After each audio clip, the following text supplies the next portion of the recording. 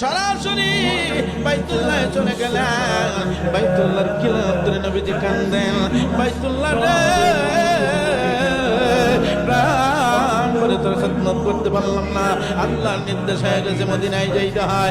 আরে বাইতুল্লাহ, আবার যদি আল্লাহ তাআলার পক্ষ থেকে নির্দেশ হয় আবার আসবো, আবার তোর সাথে সাক্ষাৎ হবে।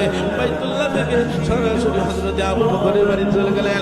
দরজার মধ্যে আস্তে করে নক করলেন। নক করার সঙ্গে সঙ্গে সরাসরি দরজাটা আবু বকর খুলে দিলেন। আল্লাহু আকবার। নবীজি ডাক দিয়ে বলেন, আবু বকর, আমি উচ্চ আওয়াজ করলাম না, জোরে ডাক দিলাম না, সঙ্গে সঙ্গে দরজাটা খুলে দিলা। আবু বকর রে, তুমি কি ঘুমাও নাই? আবু বকর ডাক দিয়ে বলেন, ইয়া রাসূলুল্লাহ, ইয়া হাবিবাল্লাহ, কেমন করে ঘুমায়? মনে নাই 6 মাস আগে আপনি আমাকে জানাই দিয়েছেন আল্লাহর পক্ষ থেকে নির্দেশ হবে, মক্কা থেকে আপনি হিজরত করে মদিনায় যাবেন। ওই দিন আপনার সঙ্গে আমি আবু বকর থাকবো। ওই দিন থেকে শুরু করে আজ পর্যন্ত আমি আবু বকর বিছানার মধ্যে পিঠ লাগাই না। আল্লাহু আকবার, জোরে বলেন আল্লাহু আকবার।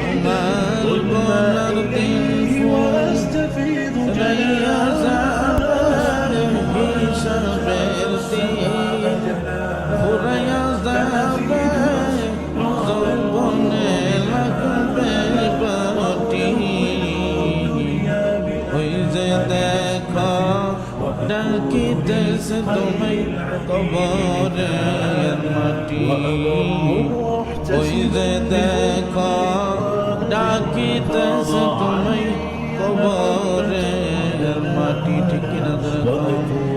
তোমার গনার দিন ফুরাইয়া যাবে, হিসাবের দিন ফুরাইয়া যাবে, যৌবনে লাগবে মাটি। ওই যে দেখো ডাকিতেছে তোমায় কবরের মাটি, ওই যে দেখো ডাকিতেছে তোমায় কবরের মাটি। সন্ধ্যার